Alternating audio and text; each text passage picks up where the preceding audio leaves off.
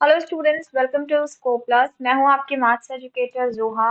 Students, आज आपका start किया जा रहा है next chapter which is pair of linear equations in two variables.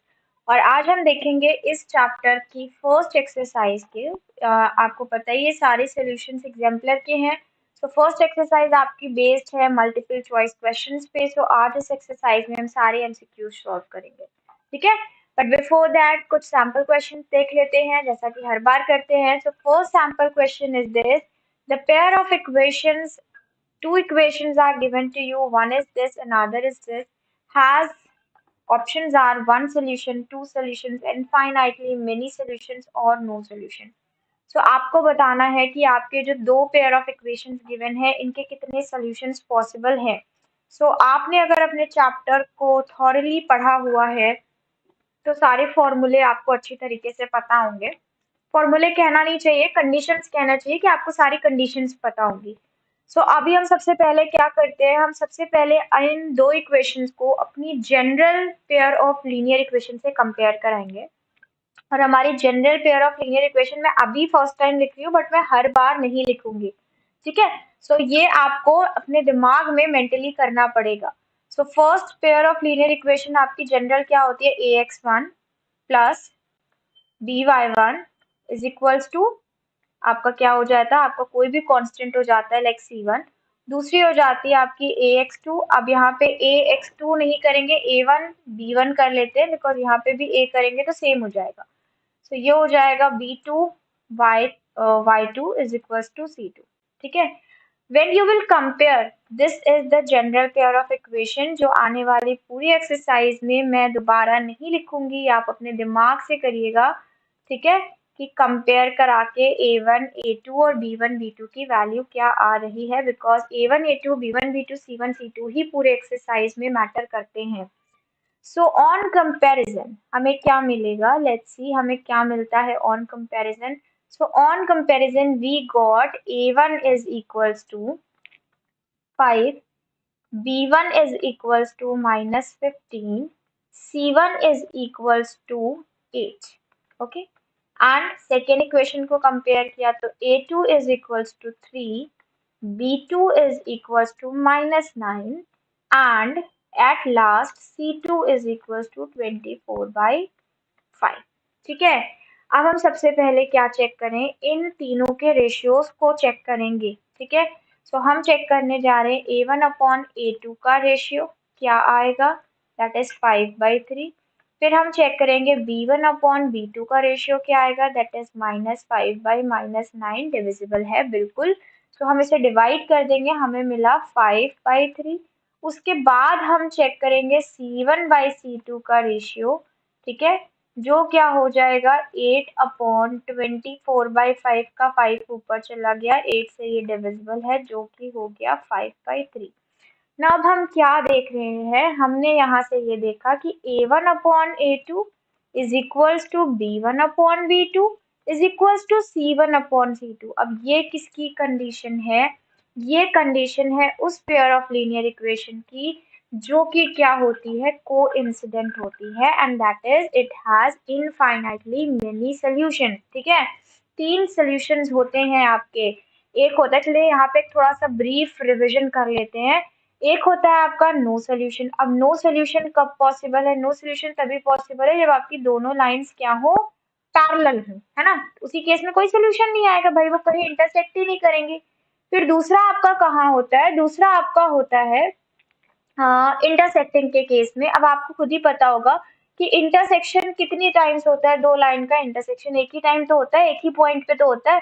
तो इंटरसेक्शन जिसमें आपका हो जाएगा ओनली वन सोल्यूशन कहते हैं, या आपको कहीं कहीं देखने को मिलेगा कि हम इसे यूनिक सोल्यूशन भी कहते हैं, ठीक है। सो एक कंडीशन होती है पैरेलल की जिसमें कोई सोल्यूशन नहीं होता, दूसरी होती है इंटरसेक्शन की जिसमें आपके ओनली वन सोल्यूशन होते हैं या आपका यूनिक सोल्यूशन होता है, और तीसरी कंडीशन होती है आपकी इनफाइनाइटली मेनी सॉल्यूशंस की। अब इनफाइनाइट मेनी सॉल्यूशंस कब होंगे, जब दो लाइन एक के ऊपर एक हों, ठीक है। अगर दो लाइन को आप मर्ज कर दो वो एक हो जाए तो इसका मतलब उन दोनों लाइंस के इनफाइनाइटली मेनी सॉल्यूशंस हो जाएंगे। सो इस तरीके से हम समझेंगे तो इसमें हम कह सकते हैं कोइंसिडेंट लाइंस की। ठीक है, अब आपकी कुछ कंडीशन होती हैं जो इन कोफिशिएंट्स ऑफ आपके लीनियर इक्वेशन में जो a1 a2 b1 b2 और c1 c2 होती है इन पे डिपेंड करती हैं। According to this we have infinitely many solutions for this given pair of linear equation. ठीक है, अब ये आपने अपनी बुक में पढ़ ही रखा होगा कंडीशंस को, तो यहाँ से हमें आंसर मिला इनफाइनाइटली मेनी सॉल्यूशंस, राइट। अच्छा, यहाँ पे एक बात और डिस्कस कर लेते हैं कि पैरेलल सॉल्यूशन, पैरेलल लाइंस जो होती हैं इनके जो सॉल्यूशंस होते हैं वो क्या होते हैं, इनकंसिस्टेंट होते हैं।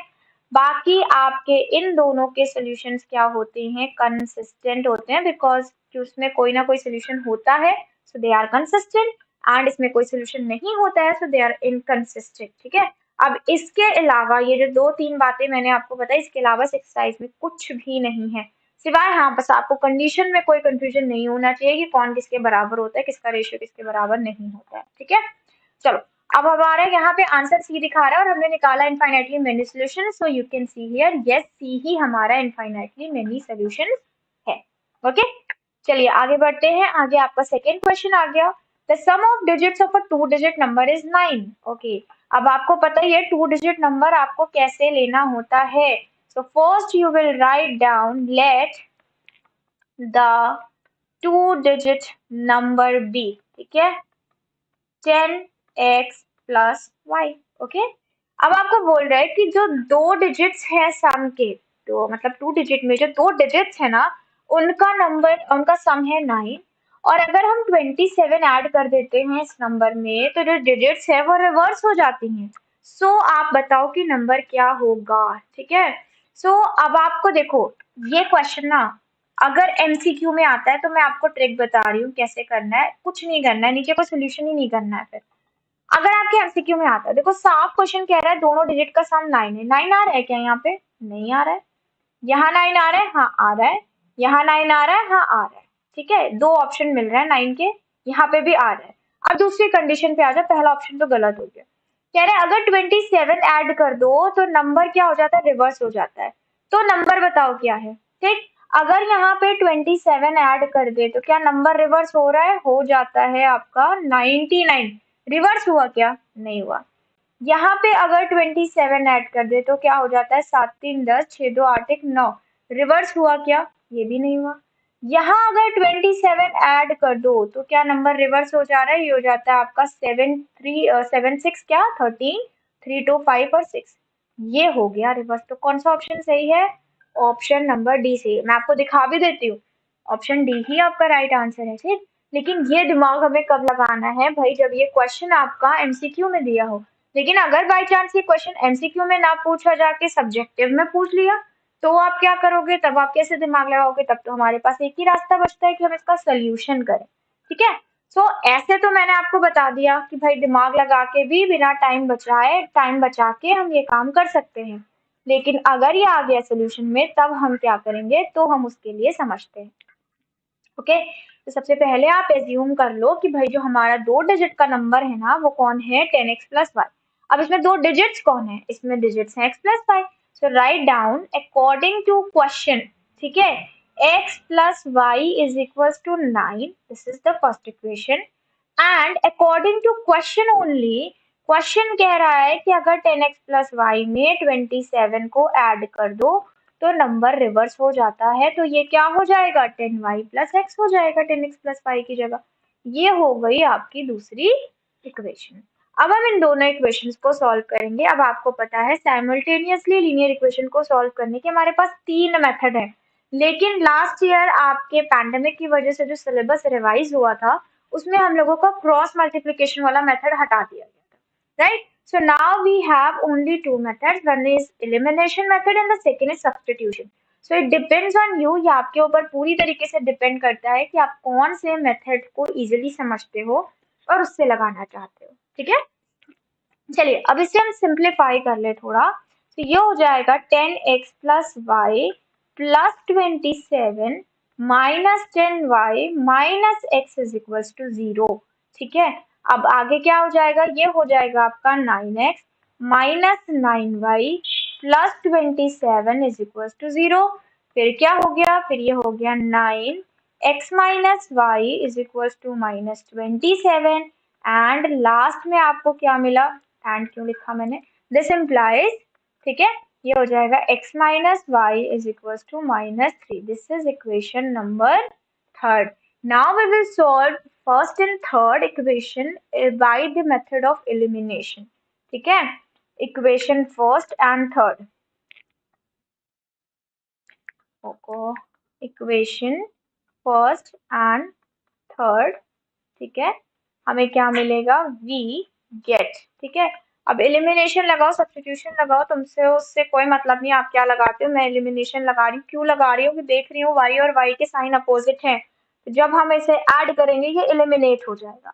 तो आपको क्या मिला, 2x is equals to 9 plus minus 3, यानी कि आपको मिला x प्लस x इज इक्वल्स टू 9, ठीक है, plus minus 3. So here you got 2x is equals to 6, x is equals to 3. अब किसी भी एक इक्वेशन में रख दो वैल्यू ऑफ x.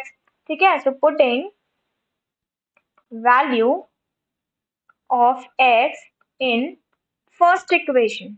ठीक है, सो हमें क्या मिला, this implies 3 plus y is equals to 9, this implies y is equals to 6. So number क्या था, नंबर इज 10 इंटू x कौन है 3, plus y equals to 36 and this is the answer. Let's see 36 कौन सा option था, yes option number D था. I hope आपको दोनों तरीके से समझ में आ गया होगा. आगे बढ़ते हैं हम. सो आगे हमारी स्टार्ट हो रही है एक्सरसाइज 3.1. ये रहा आपका first question. Graphically the pair of equations represent two lines which are. आपको ऑप्शंस में तो बताना है, तो ऑप्शंस देखेंगे ही नहीं हम. ऑप्शंस क्यों देखें, सबसे पहले हम निकालें अपने a1 a2 b1 b2 c1 c2 का रेशियो. ठीक है, चलो अब यहाँ पे आ जाओ. यहाँ से मैंने कहा था मैं लिखूंगी नहीं, डायरेक्ट करेंगे हम लोग मेंटली. सो a1 मिला आपको 6, a2 मिला आपको 2, b1 मिला आपको -3, b2 मिला आपको -1, C1 मिला आपको -10 और C2 मिला आपको -9. ठीक, सही है. चल अब आ जाओ, इनका रेशियो निकाल लेते हो. तो A1 अपॉन A2 का रेशियो निकालोगे, क्या आंसर आया, 3:1. ओके, B1 अपॉन B2 का रेशियो निकालोगे, -3/-1, 3 कैंसिल हो गया, माइनस बचा 3/1. C1 बाई C2 का रेशियो निकालोगे, बचा आपका -10/-9, ये कट गया, बचा फिर भी 10/9. हम क्या देख रहे हैं, हमने देखा कि A1 अपॉन A2 जो है वो B1 अपॉन B2 के बराबर है, but it is not equal to C1 by C2. Now ये कंडीशन किसकी है, ये कंडीशन है आपके पैरेलल होने की. ठीक है, इट हैज नो सोल्यूशन. ये आपके नो सोल्यूशन की कंडीशन होती है, और नो सोल्यूशन हमारा कब होता है, जब हमारी दोनों लाइंस क्या हो, पैरेलल हो. राइट, सो यहाँ से इस कंडीशन से हमें आंसर मिला that option D is the right option. So this is a condition for parallel कि x और y के कोफिशिएंट का रेशियो तो बराबर होता है, बट कांस्टेंट के रेशियो के बराबर नहीं होता. Let's check it. So yes, option number D is the right option. Let's move to question number 2. Second question is asking you the pair of equations. These two equations are given over here. और आपको बताना है कि यहाँ पे इन दिए गए चारों ऑप्शंस में से कौन सा ऑप्शन राइट है. ठीक है, so first of all we will compare it with the general pair of linear equation. और यहाँ से हम निकालेंगे a1 a2 सारी वैल्यूज, उसके बाद उनका रेशियो फाइंड आउट करके देन हम बताएंगे कि इसमें से कौन सा ऑप्शन सही है. ठीक है, सो अब हम करते हैं डायरेक्ट रेशियो निकालने का काम. a1 बाई a2 का रेशियो, सो A1 है 1 और A2 है -3.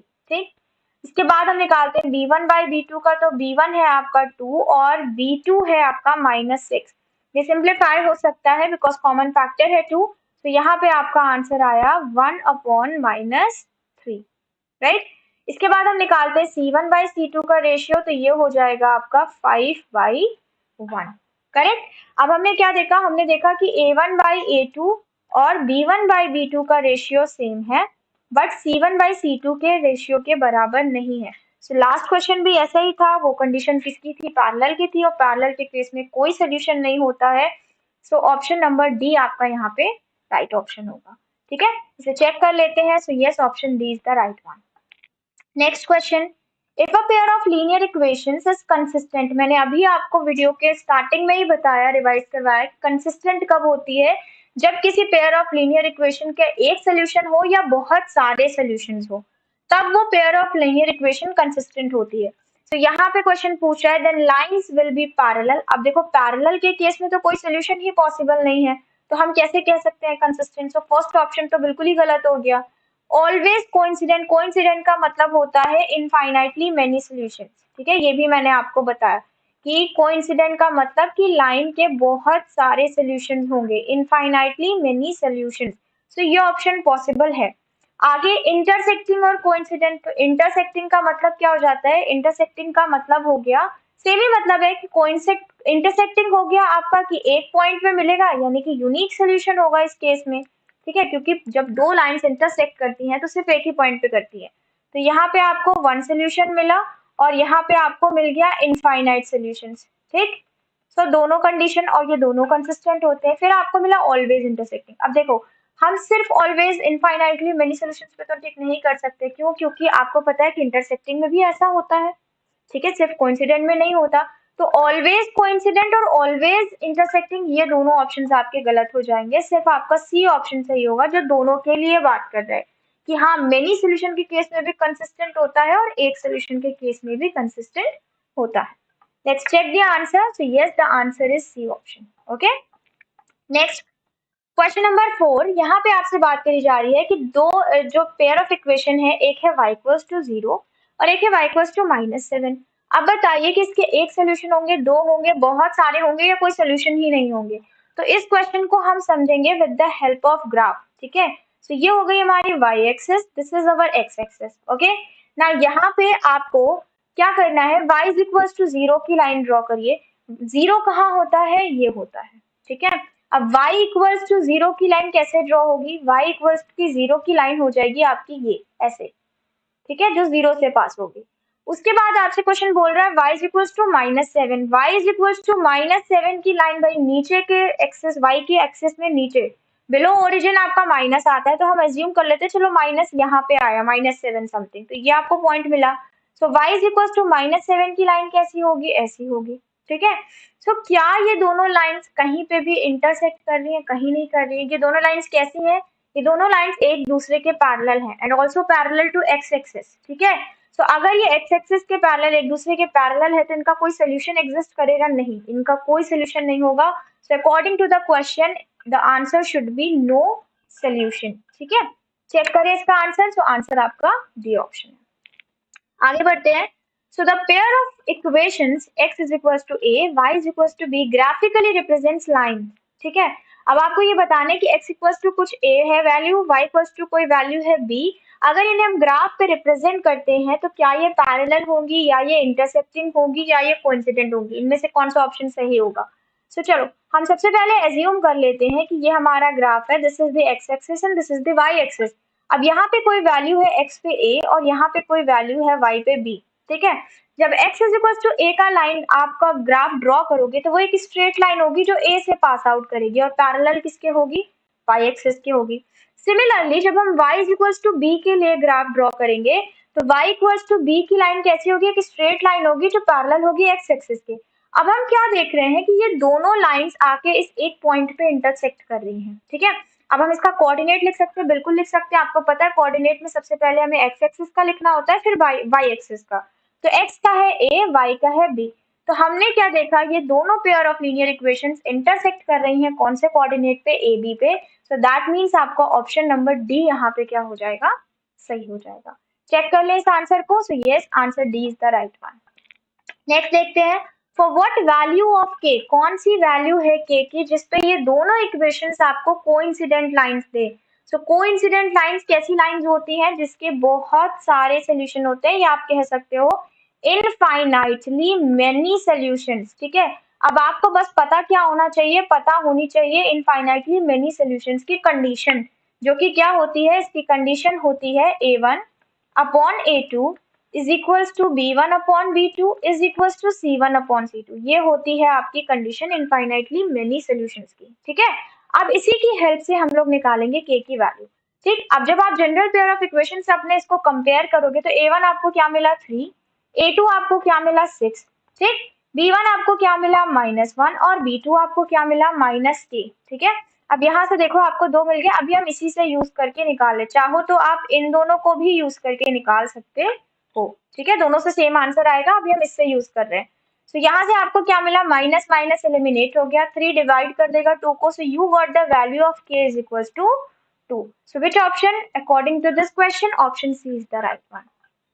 Check it. So yes, C is the right answer.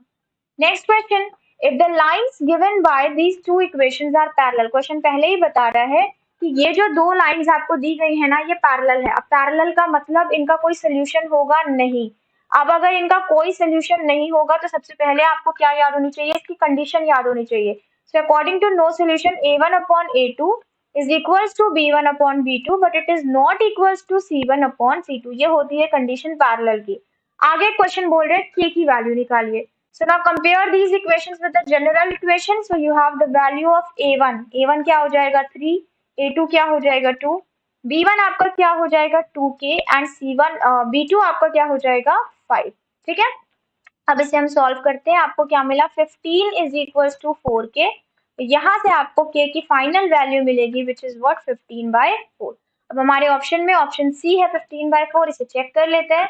So yes, option C आपका राइट आंसर है, ठीक है। आगे बढ़ते हैं, क्वेश्चन 8 है हमारा, the value of c for which pair of equations, दोनों इक्वेशंस आपको गिवन है यहाँ पे, इनका कब ऐसी c की वैल्यू कोई लिख दीजिए कि जिससे इन दोनों पेयर ऑफ सॉल्यूशंस को क्या हो जाए, इनफाइनाइटली मेनी सॉल्यूशंस हो जाए। सो अभी हमने एक क्वेश्चन पहले ही डिस्कस किया, इनफाइनाइटली मेनी सॉल्यूशंस की कंडीशन होती है A1 upon A2 is equals to B1 upon B2 is equals to C1 upon C2। सो अब हम कंपेयर करा देंगे इन इक्वेशंस को अपनी जनरल इक्वेशन से और उसके बाद हम इनकी वैल्यूज को फाइंड आउट करेंगे। सो A1 आपका क्या हो गया C, A2 क्या हो गया 6, B1 क्या हो गया आपका -1, B2 यहाँ से क्या हो गया -2, C1 आपका हो गया 2 और C2 हो गया 3। नाउ अगर हम क्वेश्चन को देखें तो हम क्या देख रहे हैं, यहाँ पे आपका आ रहा है 1/2 और ये आ रहा है 2/3। क्या ये दोनों इक्वल हैं, जबकि कंडीशन के हिसाब से इनको क्या होना चाहिए था, इक्वल होना चाहिए था। बट हम क्या देख रहे हैं, ये दोनों इक्वल नहीं है। तो जब ये दोनों इक्वल नहीं है तो इसका मतलब इनफाइनाइटली मेनी सॉल्यूशंस इस पे सी की किसी भी वैल्यू के लिए पॉसिबल नहीं है। So which option, option number D will be the right answer. Okay, check कर लेते हैं इसे। सो यस, ऑप्शन डी आपका राइट है। Next question, one equation of a pair of a dependent linear equation, ठीक है। अब डिपेंडेंट कौन सी इक्वेशंस होती हैं, डिपेंडेंट वो इक्वेशंस होती हैं जो कंसिस्टेंट होती हैं। तो यहाँ पे आपसे पूछा जा रहा है कि सेकेंड इक्वेशन क्या होगी, ठीक है। अब अगर कोई इक्वेशन इसी पे डिपेंडेंट है तो दैट मीन्स आप इस इक्वेशन को, वो इक्वेशन और ये इक्वेशन एक दूसरे से रिजेंबल करती होंगी, लाइक सेम ही होंगी। तो आप यहाँ से चेक कर लो कौन सी इक्वेशन है जो बिल्कुल इसके सेम है, ठीक है। यहाँ से अगर हम सॉल्व करें तो हमें क्या मिलता है 2 से डिवाइड हो सकता है, so 5x plus 7y plus 2 is equal to 0। अब हम यहाँ क्या देख रहे हैं कि यहाँ पे प्लस अगर 7y है तो -5x है, दैट मीन्स ये पॉसिबल नहीं है, सेम नहीं।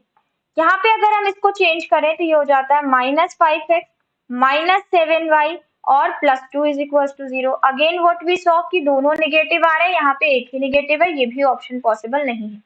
थर्ड ऑप्शन को देखें तो ये हो जाएगा -5x plus 7y plus 2 is equal to 0। अब ये हमारा कुछ मिलता हुआ नजर आ रहा है, but look at the constant here, यहाँ पे कांस्टेंट पॉजिटिव है और यहाँ पे कांस्टेंट अगर आप इधर ले जाओगे तो निगेटिव हो जाएगा, दैट मीन्स ये भी इक्वेशन इस पे डिपेंडेंट नहीं हो सकती। फोर्थ ऑप्शन ही हमारा लास्ट ऑप्शन है जो कि राइट होना चाहिए, बट चेक भी करेंगे इसे।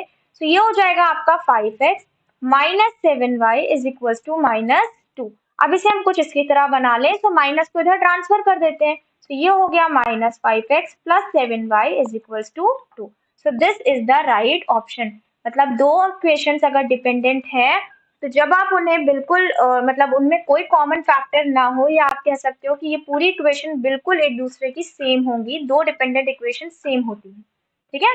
सो किसी भी इक्वेशन को आप किसी भी नंबर से मल्टीप्लाई कर दो दोनों तरफ, बोथ राइट हैंड साइड और लेफ्ट हैंड साइड, तो उससे उस पर कोई फर्क नहीं पड़ता, बट जो आपको दूसरी इक्वेशन मिलती है ना, that is a dependent linear equation. Okay, let's move to the next question. Yes, यहाँ पे ऑप्शन आपका डी सही है। नेक्स्ट क्वेश्चन है आपका question number 10, a pair of linear equations which has a unique solution. मतलब आपको इस ऑप्शन में 4 पेयर ऑफ इक्वेशंस दी गई है जिनमें से आपको बताना है कि ये जो x इक्वल्स टू वाई और y इक्वल्स टू -3 है, ये किस पेयर ऑफ इक्वेशन का सोल्यूशन पॉसिबल है। तो ये तो बहुत इजी क्वेश्चन है कि हम सारे इक्वेशंस में इसको वैल्यू को रखें और सेटिस्फाई करवा लें। अगर left hand side right hand side के बराबर आ गया तो ये सही है, उस इक्वेशन का ये सोल्यूशन हो जाए। अगर नहीं आता तो फिर ये उस इक्वेशन का सोल्यूशन नहीं है। सो फर्स्ट हम करते हैं ऑप्शन ए को चेक। यहाँ पे जब आप रखोगे तो आपको मिला 2 - 3 इज इक्वल्स टू -1 और दूसरे वाले में मिला 4 माइनस +9 इज इक्वल्स टू -5। ये हो गया गलत, that means option a possible है। बी ऑप्शन को चेक करते हैं। तो ये हो गया आपका 4, 5 मल्टीप्लाई -3 हो गया -15 इज इक्वल टू -11। ये तो सही हो रहा है, बट नीचे वाले को चेक करें तो 4 2 8, ये हो जाएगा -30 is equal to -22। So that means कि ये भी सही हो रहा है। तो अगर इन दोनों पे सही हो गया तो हमारा बी ऑप्शन हमको राइट मिल गया। जब आपको कोई एक ऑप्शन राइट मिल गया तो अब आपको सी और डी पे चेक करके टाइम वेस्ट नहीं करना है, क्योंकि एमसीक्यू में खाली एक ही ऑप्शन सही हो सकता है। So if it is A तो आप बाकी तीनों को चेक नहीं करोगे, if it is B then आप बचे हुए दोनों को चेक नहीं करोगे। चलिए देखते हैं इसका right answer. So right answer is not written over here but the answer is B. Okay, let's see the next one. If x is equals to a and y is equals to b is the solution of the given equation। आपको बताया गया ये दोनों equation का ये solution है।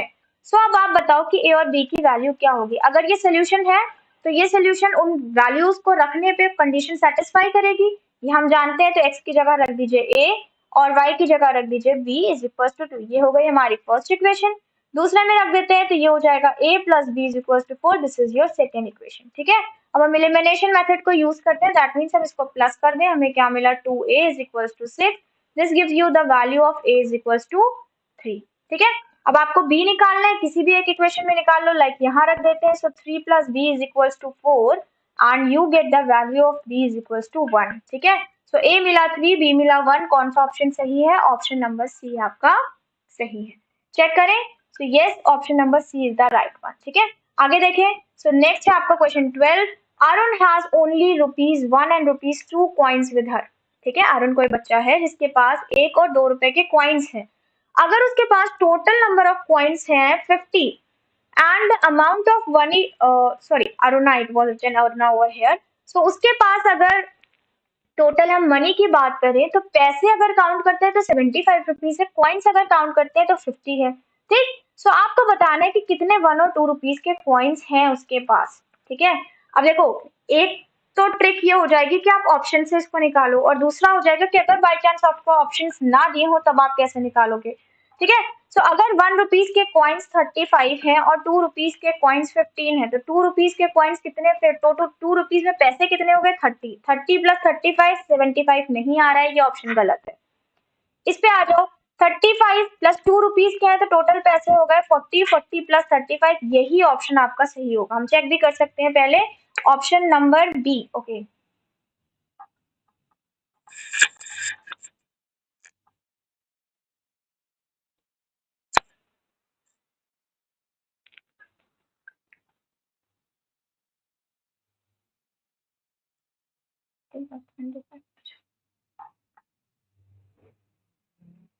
सो यहाँ मिला हमें 75, दैट मीन्स ये ऑप्शन हमारा सही हो सकता है। नेक्स्ट ऑप्शन हम चेक करें। यहाँ पे आपका क्या हो गया 15 प्लस, अगर ये 2 रुपए के थे तो टोटल पैसे हो गए 70, तो ये तो बड़ा हो गया, this is not possible. Next option है आपके पास ऑप्शन नंबर डी, जिसमें अगर आपका 25 कॉइन्स 1 के थे तो 25 रुपए हुए, और 25 अगर 2 के कॉइन्स थे तो कितने हो गए? 50 हो गए, दैट मीन्स ये भी हो गया 75। नाउ द क्वेश्चन अराइजेस कि बी और डी में राइट ऑप्शन कौन सा होगा। तो एक बार क्वेश्चन को फिर से पढ़ ले। क्वेश्चन कह रहा है कि टोटल कॉइन्स जो थे ना वो 50 थे। सो अगर 25 और 25 कॉइन को प्लस करो तो यस ये हो गए 50 कॉइन्स, जबकि यहाँ कॉइन्स कितने हो जा रहे हैं? 55। तो that means B option possible नहीं है, only D is the right one. हम अपने ऑप्शन को अभी चेक कर सकते हैं। सो यस, आपका ऑप्शन डी ही राइट है। बट ये तो हो गया तब डायरेक्ट ऑप्शन से निकालना जब हमें मल्टीपल चॉइस क्वेश्चन में ये क्वेश्चन पूछा जाए। अगर ये हमें मल्टीपल चॉइस क्वेश्चन में नहीं पूछा जाता है तो हमें इसे प्रॉपर सोल्यूशन बना के करना होगा, जिसमें हम बनाएंगे इनकी 2 पेयर ऑफ लीनियर इक्वेशन। ठीक है, सो फर्स्ट हम क्या एज्यूम कर लेते हैं, let 1 rupee coin be x, मतलब 1 रुपए के कितने कॉइन है? एक्स है। एंड 2 रुपए के कितने कॉइन्स हैं? 2 रुपए के कॉइन्स है आपके पास वाई। ठीक है, सो ये हो गया। अब आपसे क्वेश्चन स्टेटमेंट क्या कह रहा है कि दोनों कॉइन्स ऐड करने पे उसके पास अरुणा के पास 50 कॉइन्स थे। So according to question x plus y यानी कि दोनों को ऐड करने पे टोटल कॉइन्स हो रहे हैं 50 और अगर पैसे जोड़े तो कितने हो रहे हैं 75। तो पैसे अगर 1 रुपए के 25 कॉइन है तो कितने रुपए हुए 25 ही हुए, दैट मीन्स x। लेकिन अगर आपके पास 25 कॉइन्स है 2 रुपए के तो वो पैसे में कितने हो गए 2 multiply 25। So same condition here 2 multiply y और ये हो गए total 75 rupees. So now you have two equations over here and you can use either elimination or substitution to solve them. ठीक है, हम यहाँ पे क्या करने जा रहे हैं, मैं यहाँ पे एलिमिनेशन इस्तेमाल करने जा रही हूँ। लाइक हम क्या करेंगे, फर्स्ट से सेकेंड इक्वेशन को सब्ट्रैक्ट कर देंगे। जब आप ऐसा करोगे तो आपका ये एलिमिनेट हो गया, एक्स का पूरा टर्म। आपको क्या मिला, minus y is equal to -25। So y sign आप एलिमिनेट कर दो, so you get the value of y is equal to 25। ठीक है, अब हम इस वैल्यू को क्या करेंगे, किसी भी इक्वेशन में पुट कर देंगे। So putting the value of y in equation first. ठीक है, इक्वेशन फर्स्ट क्या कह रही थी कि x plus y is equal to 50। So ये x is plus 25 is equal to 50, तो आपको x की वैल्यू क्या मिल गई, x की वैल्यू मिल गई 25। हेंस उसके पास 1 रुपीज के कितने कॉइन थे, 1 rupee coins are 25 and 2 rupee coins are also 25। ठीक है,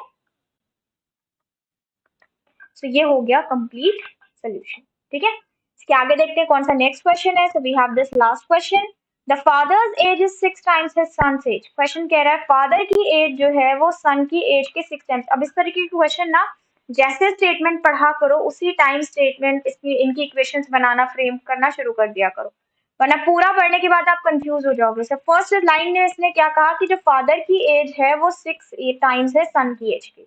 ओके, उसके बाद क्वेश्चन कह रहा है कि 4 इयर्स हेंस, 4 साल बाद क्या होता है। अब 4 साल में तो फादर भी 4 साल बड़े हो गए और सन भी 4 साल बड़ा हो गया। So 4 year hence the age of the father will be 4 times his sons age. Okay, so 4 साल में फादर की एज हो गई f+4, सन की एज हो गई s+4 and the father is 4 times his son age, तो इसका कर देंगे हम 4 times. Now this is equation 1 and this is equation 2। अब आप क्या करोगे, इनको साइमल्टेनियसली सॉल्व करके निकाल सकते हो कि फादर की एज कितनी है, सन की एज कितनी है। अब वही करते हैं, मैं यहाँ पे यूज कर रही हूँ सब्स्टिट्यूशन मेथड। सो मैं क्या करूंगी, put the value of equation first. ठीक है, इसे कहते हैं सब्स्टिट्यूशन, जहाँ पे आप उठा के एक इक्वेशन की वैल्यू दूसरे में रखते हो। So put the value of equation first in second. Okay, so this implies 6s plus 4 is equal to 4s plus 16। This implies आपका 4s इधर आ गया तो आपको मिला 2s, 4 उधर चला गया आपको मिला 12, राइट। तो s की वैल्यू आ गई 6। ठीक है, अब 6 उठा के रख दो यहाँ पे फर्स्ट इक्वेशन में। सो आपको आ गई फादर की वैल्यू 36 इयर्स और सन की value 6 years. So which option, option number C is the right one. Let's check, yes option C आपका राइट ऑप्शन है। सो ये थे बच्चों आज के 13 क्वेश्चन आपकी फर्स्ट एक्सरसाइज से। अब इसके बाद हम नेक्स्ट सेशन में डिस्कस करेंगे शॉर्ट आंसर क्वेश्चन, जो रीजनिंग बेस्ड क्वेश्चन होंगे। ठीक है, जिसमें आपको पूरा लॉजिक अपना पूरा दिमाग लगाना पड़ेगा। उसके बाद हम लोग उसके आगे की एक्सरसाइज डिस्कस करेंगे। बट अगर आज के सेशन में कोई डाउट रह गया हो, कोई प्रॉब्लम हो, तो आप कमेंट बॉक्स में मेंशन करो and we will meet in the next session soon. Bye bye.